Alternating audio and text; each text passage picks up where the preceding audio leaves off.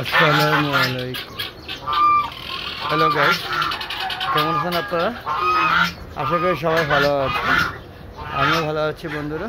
বিকালবেলা আবার ছাদে চলে আসলাম হাঁস মুরগিগুলো দেখার জন্য। দেখেন মাছের কাটা দেওয়া হয়েছে, এই যে আমরা যে মাছ খেয়েছি এই মাছের কাটা দেওয়া হয়েছে। দেখেন কীভাবে খাওয়ার জন্য পাগলামি করছে, শেষ ভিডিও দেওয়ার আগেই খাবার শেষ, যতগুলো কাটা ছিল সব খেয়ে শেষ করে দিয়েছে। দেখেন পুরা টিম, আমার হাঁস মুরগি যে টিমগুলো সব এই জায়গায় এসে সব মাছের কাটা এবং অবশিষ্ট অংশ যেগুলো আছে সব শেষ। ভিডিওটা করে দেখাতে দেখাতে সব শেষ করে ফেলেছে। মানে এরা কাটা ভাত এগুলো খুবই পছন্দ করে। যাক, বিকালবেলা প্রায় আমরা যদি বলি শীত আসি করছে, কিন্তু আসলে শীত আসে নাই, গরম রয়ে গিয়েছে। কিন্তু এটা কেমন জানি শীতের একটা প্রভাব পড়ে আছে এবং বেশ কিছুদিন ধরে বৃষ্টি হচ্ছে না, সব কিছু শুকায় খা করছে।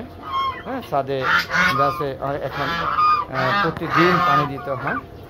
তো এই এলো বিকেলের অবস্থা। দেখেন আর ছায়া কুনমি হয়ে গেছে, বুঝতেই পারছেন পশ্চিম দিকে ছায়া বড় হয়ে গিয়েছে। আর প্রকৃতিও দেখেন সূর্য আস্তে আস্তে নিচে নামছে, দেখতে পাচ্ছেন। আর আমার এই যে কবুতর, এই দেখেন এই যে কবুতর এখানে চলে আসছে। এটা কি কবুতর আমি জানি না, আপনারা যে জানেন তাহলে অবশ্যই কমেন্ট করে জানাবেন। অনেক সুন্দর একটা কবুতর। এই যে দেখুন এই যে বাচ্চা কবুতর, এই দেখুন এই বাঁচবে না, এই অসুস্থ হয়ে গেছে মনে হচ্ছে। কারণ এইগুলি কবুতরগুলো যখন নামে খুবই সুন্দর থাকে, তারপরে এইগুলো দেখেন এই যে এটা কন্ডিশন বলছে ও দুর্বল হয়ে গিয়েছে। দেখেন সব বাচ্চাগুলো নেমে এই যে এখানে থাকে, তারপরে অসুস্থ হয়ে মারা যায়। বন্ধুরা দেখেন এই যে আমার শেরামের বাচ্চাগুলো ওখান থেকে চলে আসছে। দেখেন কত সুন্দর কিউট শেরামের বাচ্চাগুলো আমি আটকে রাখছিলাম, সেগুলো এখানে চলে আসছে, আপনারা দেখতে পাচ্ছেন। এখন এগুলো আমাকে ধরে নিয়ে যেতে হবে।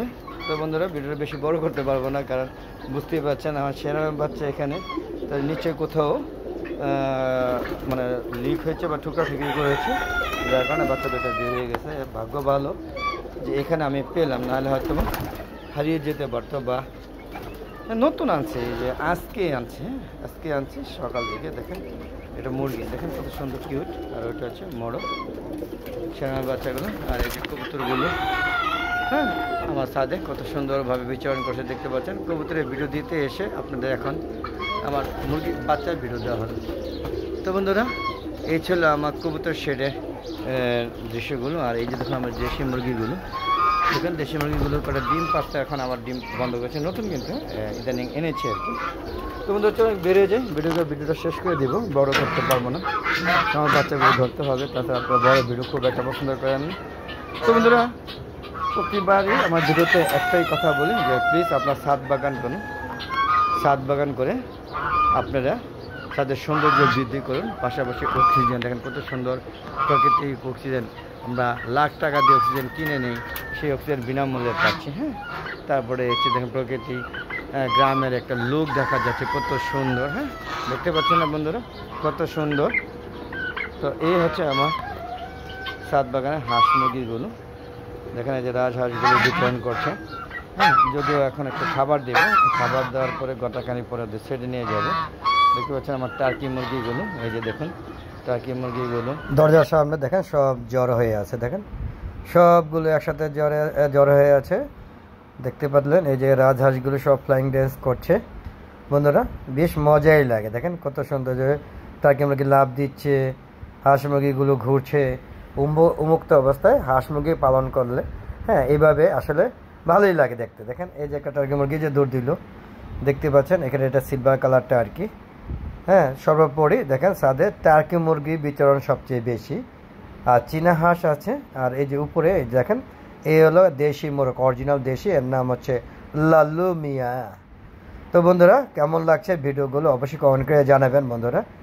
আর এরকম সুন্দর সুন্দর ভিডিও পেতে চাইলে অবশ্যই হাওলা দিয়ে চ্যানেলের পাশে থাকতে হবে বন্ধুরা। আর বন্ধুরা কী করতে হবে, চ্যানেলটাকে সাবস্ক্রাইব করে পাশে বেল আইকনটা ক্লিক করে দিবেন। আর বন্ধুরা একটা রিকোয়েস্ট করবো, আপনারা ছাদটাকে ফেলে না রেখে ছাদ বাগান করুন, এবং ছাদ বাগান আপনার পছন্দের মতো গাছ লাগান, এবং সম্ভব হলে ছাদে হাঁস মুরগি লালন পালন করুন। তো আজ জানো চলে যাচ্ছি, ভালো থাকবেন, আসসালামু আলাইকুম।